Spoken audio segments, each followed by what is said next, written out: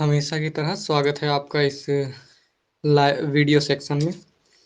आज के इस वीडियो लेक्चर में हम पढ़ेंगे भ्रंशन या फॉल्ट के द्वारा बनने वाली स्थलाकृतियों के बारे में। भ्रंशन की क्रिया द्वारा कहा जाता है भूपृष्ठ का कुछ भाग ऊपर उठ जाता है, वहीं कुछ भाग नीचे की ओर धंस जाता है। इससे बहुत सारी स्थलाकृतियों का निर्माण होता है, जैसे कि भ्रंश घाटी या भ्रंशोत्थ एवं खंड पर्वत, या जिसको हम ब्लॉक माउंटेन कहते हैं। इसी प्रकार की बहुत सारी स्थलाकृतियों का निर्माण होता है। आइए क्रमशः हम चुनिंदा महत्वपूर्ण स्थलाकृतियों के बारे में जानेंगे जो भ्रंशन की प्रक्रिया द्वारा बनती है। इनमें सबसे पहले हम बात करेंगे भ्रंश घाटी।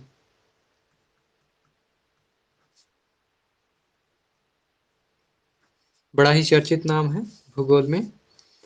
इसे अंग्रेजी में कहा जाता है रिफ्ट वैली। रिफ्ट वैली या भ्रंश घाटी क्या होता है?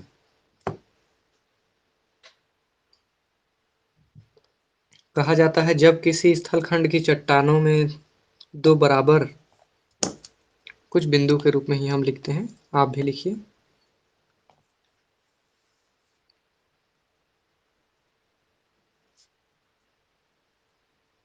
स्थलखंड की चट्टानों में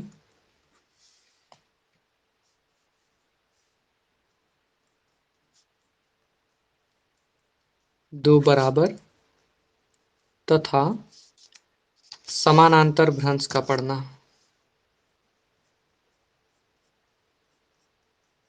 समानांतर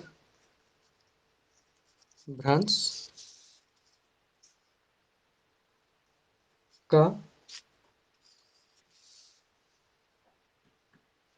कई किलोमीटर का पड़ना।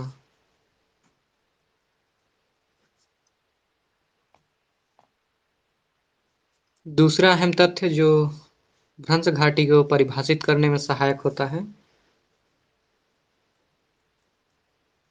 लंबाई कई किलोमीटर होती है।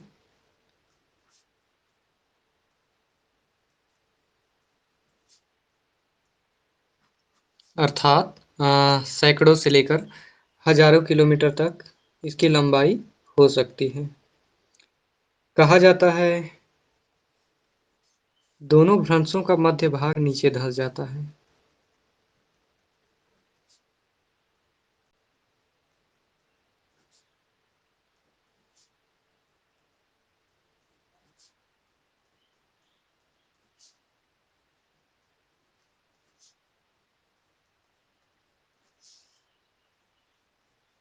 नीचे धंस जाता है। और इस प्रक्रिया के परिणाम स्वरूप एक बेसिन या घाटी का निर्माण होता है। और बेसिन कैसा? नदी बेसिन हो सकता है। बेसिन या घाटी का निर्माण। तो इस प्रकार से यह एक प्रक्रिया संपन्न होती है जिसके माध्यम से कहा जाता है कि एक भ्रंश घाटी या रिफ्ट वैली का निर्माण होता है। और कहा जाता है कि जब किसी स्थलखंड की चट्टानों में दो बराबर तथा समानांतर भ्रंश, अर्थात यहाँ भ्रंश दो भ्रंश पड़ते हैं। एक भ्रंश के द्वारा रिफ्ट वैली का निर्माण संभव नहीं है, और कहा जाता है कि दो भ्रंश एक साथ पड़ते हैं और दोनों एक दूसरे के बिल्कुल समानांतर, मतलब एक के बिल्कुल बगल में दूसरा भ्रंश पड़ता है। और इसकी लंबाई कई किलोमीटर हो सकती है, 1000 किलोमीटर, 2000, 3000, या फिर 100, 200, 300, कई किलोमीटर। और इन दोनों भ्रंशों के बीच का भाग हम देखते हैं नीचे की ओर धंस जाता है। दरार की जब प्रक्रिया होती है तो बीच वाला भाग नीचे की ओर धंस जाता है, और वही नीचे धंसा हुआ भाग दरअसल नदी बेसिन या नदी घाटी के रूप में कालांतर में परिवर्तित हो जाता है। इसे हम दरार घाटी या ग्रॉबेन कहते हैं।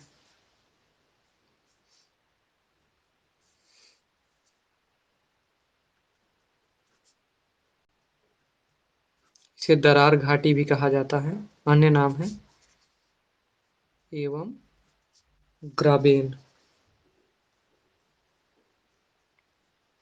भूगोल शब्दावली में एक विशिष्ट नाम है ग्राबेन। ग्राबेन कहा जाता है। तो हमेशा याद रखेंगे भ्रंश घाटी या रिफ्ट वैली को दरार घाटी के नाम से भी जाना जाता है और भौगोलिक शब्द इसका भूगोल की भाषा में इसे ग्राबेन कहते हैं। अब यहाँ हम एक उदाहरण देखेंगे। किसका? दरार घाटी का या भ्रंश घाटी का अगर उदाहरण देखें तो बहुत ही शानदार उदाहरण मिलता है, जैसे राइन नदी का।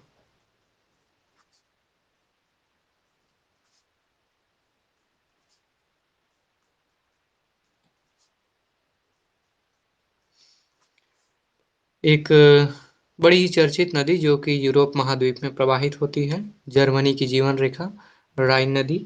कहा जाता है राइन नदी का भ्रंश घाटी बहुत ही शानदार उदाहरण है। उसके अतिरिक्त एक और उदाहरण है और यह काफी चर्चित है, जिसको कहते हैं महान रिफ्ट घाटी या महान दरार घाटी। और महान दरार घाटी एशिया के पश्चिम में स्थित एक देश जॉर्डन में अवस्थित है।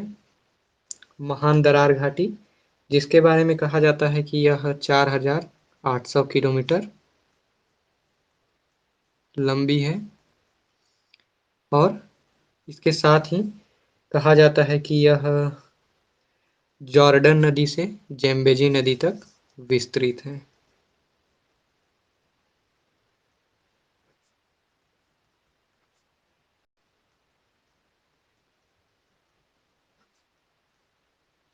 जॉर्डन नदी से जेम्बेजी नदी तक विस्तृत।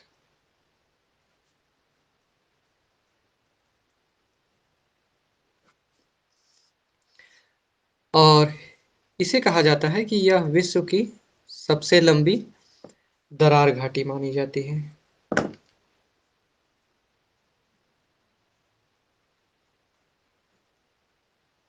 विश्व की सबसे लंबी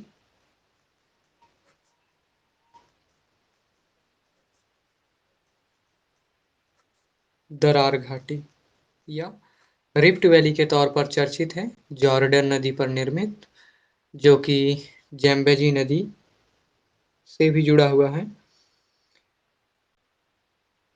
और कहा जाता है कि एशिया और अफ्रीका में इसका विस्तार है। किसका? ग्रेट रिफ्ट वैली या महान दरार घाटी का।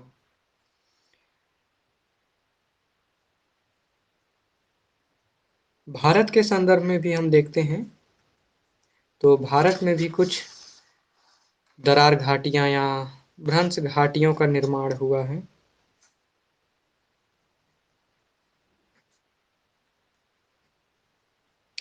भारत में मुख्य तौर पर कहा जाता है कि नर्मदा,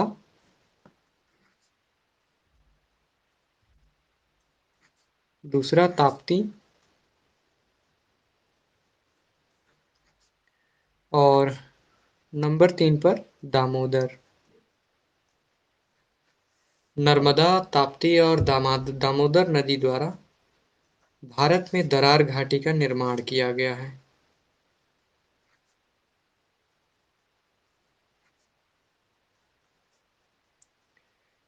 कहा जाता है भारत में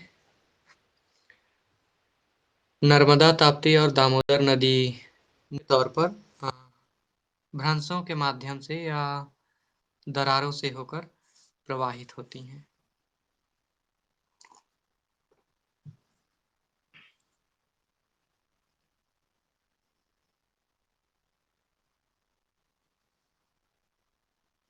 इसके बाद हम आते हैं भ्रंशन द्वारा विकसित प्रमुख स्थलाकृतियों में।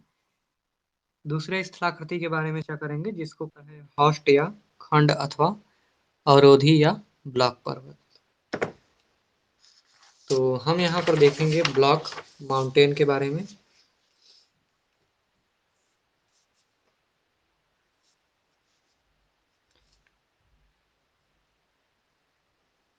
इसे ढेर सारे नाम दिए गए हैं, हॉस्ट या खंड अथवा अवरोधी पर्वत।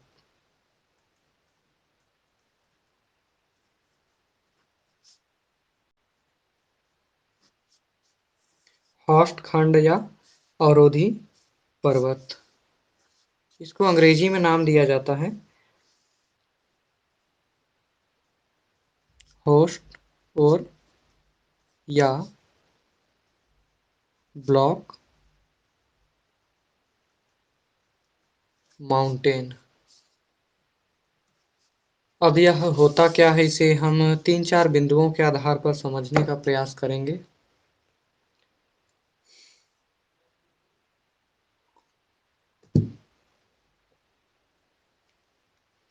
समझने की कोशिश कीजिएगा, 2-3 बिंदुओं के आधार पर मैं बता रहा हूँ। पहली परिस्थिति है जब दो समानांतर भ्रंशों के मध्य जब दो समानांतर भ्रंशों के मध्य का भूखंड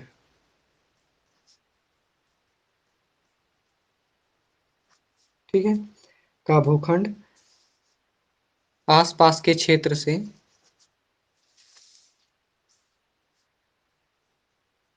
आसपास के क्षेत्र से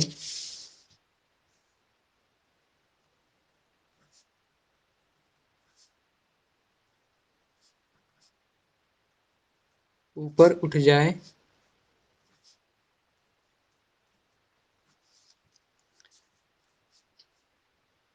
इसके बाद दूसरी परिस्थिति बनेगी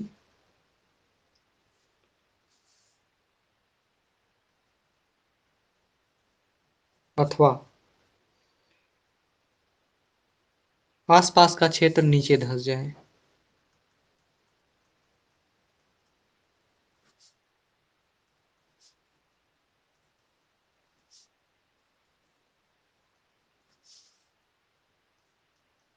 नीचे धंस जाए,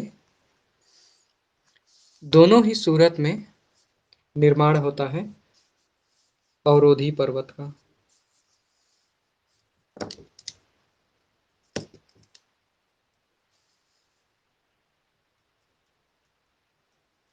हॉस्ट या अवरोधी पर्वत।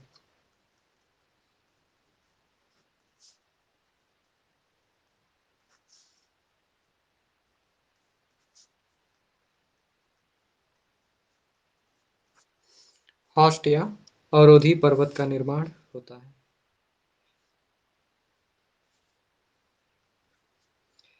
कुछ और तथ्यों को देख लेते हैं।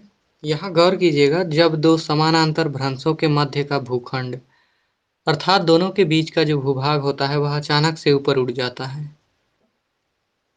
तो अगर एक समतल धरातल का बिल्कुल एक भाग ऊपर उठ जाए, और दूसरी परिस्थिति में कहा जाता है कि कोई क्षेत्र है तो आसपास का क्षेत्र नीचे धंस जाता है लेकिन मध्यवर्ती भाग यथावत होता है, तो उसे ही हम कहते हैं हॉस्ट या अवरोधी पर्वत।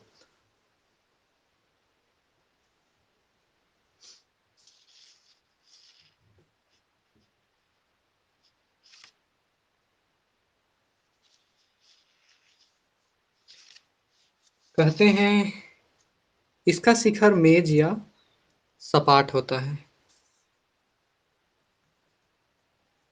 शिखर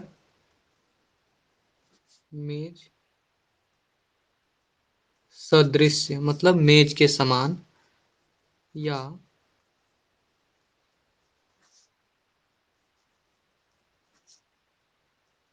कहें सपाट होता है।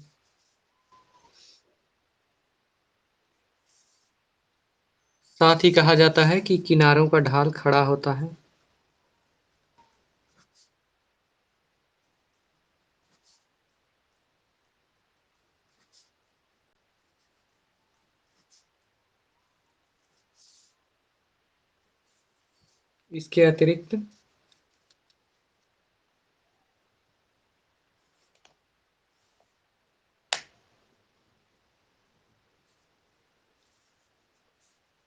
इसके अतिरिक्त एक और परिस्थिति बनती है जिसमें हॉस्ट पर्वत का निर्माण होता है। ये तो पहली परिस्थिति थी जब हॉस्ट या अवरोधी या ब्लॉक पर्वत का निर्माण हुआ। एक और परिस्थिति बनती है जब ब्लॉक पर्वत का निर्माण होता है। कहा जाता है दो समानांतर भ्रंश के मध्य भाग।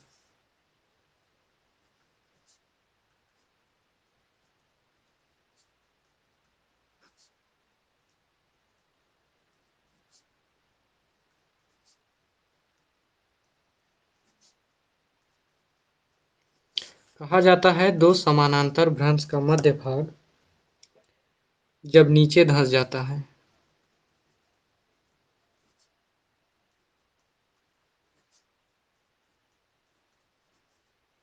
जब नीचे धंस जाता है तो निर्माण होता है भ्रंश घाटी का।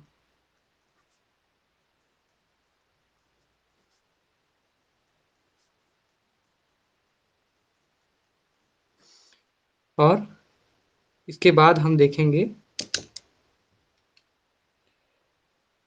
उसके दोनों तरफ अर्थात पार्श्व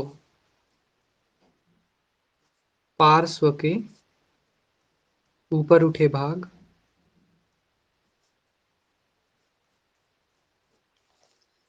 हॉस्ट पर्वत के रूप में जाने जाते हैं।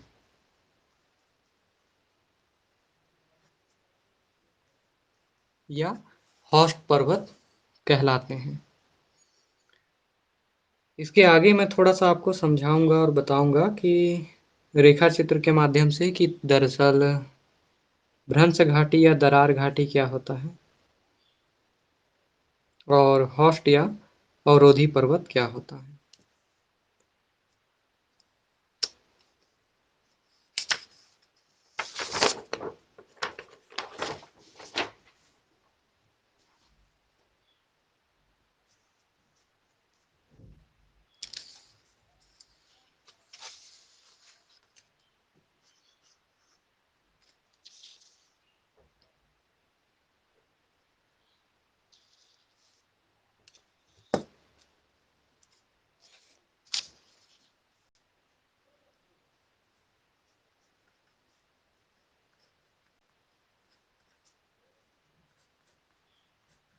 भ्रंश घाटी का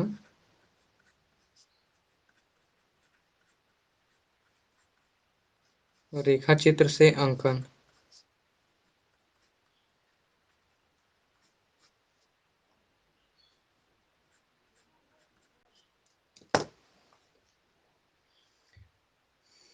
भ्रंश घाटी को हम रेखा चित्र के माध्यम से देखते हैं। रेखा चित्र के रूप में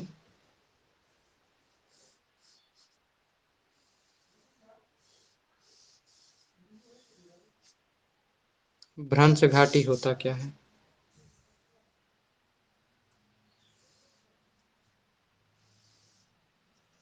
बिल्कुल इस तरीके से एक आपको स्थलाकृति बनाना है। ये धरातल पर शैलों की अलग-अलग परतें होती हैं।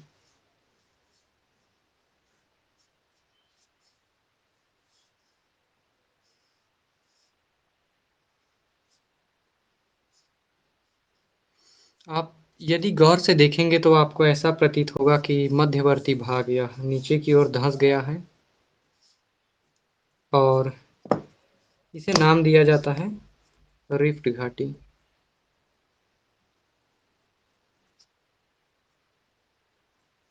धंसाव की एक प्रक्रिया के परिणाम स्वरूप बीच का भूभाग मध्यवर्ती भाग धंस गया जो कि रिफ्ट घाटी कहलाया और इसके बगल का दोनों भाग ऊपर उठा हुआ है अर्थात यथावत है। ये दो भ्रंश पड़े और मध्यवर्ती भाग नीचे की ओर धंस गया।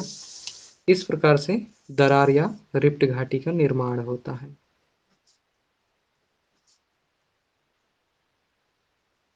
रिफ्ट घाटी का निर्माण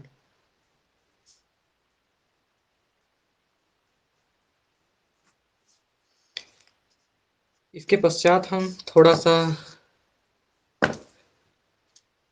हॉस्ट या अवरोधी पर्वत को रेखाचित्र के माध्यम से समझते हैं।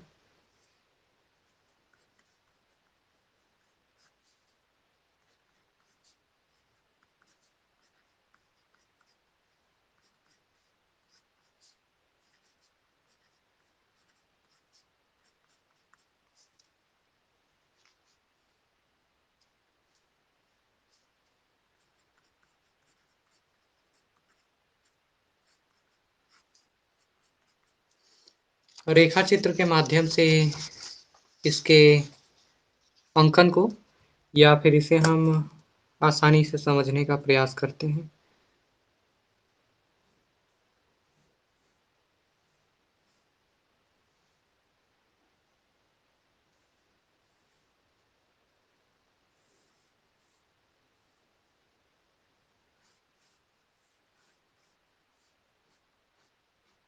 बिल्कुल यह सेलों का एक स्ट्रक्चर दिखाई दे रहा है और यह बिल्कुल आपका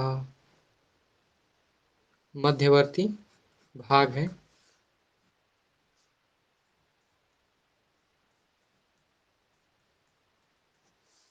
और मध्य भाग के अतिरिक्त ये नीचे धँसा भाग।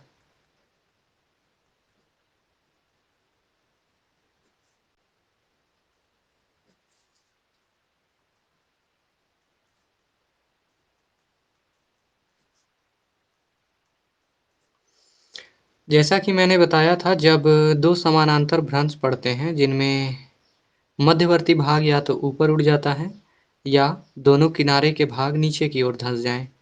दोनों ही सूरत में एक एक ऐसे ब्लॉक पर्वत का निर्माण होता है जिसे हम अवरोधी पर्वत या हॉस्ट के नाम से जानते हैं।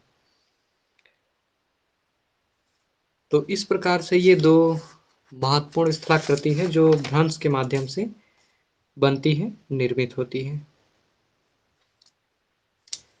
इसके पश्चात कल जब हम आएंगे तो हम अगले वीडियो में देखेंगे पृथ्वी पर घटने वाला आकस्मिक भूसंचलन, जिनमें मुख्य तौर पर ज्वालामुखी और भूकंप का वर्णन करेंगे हम।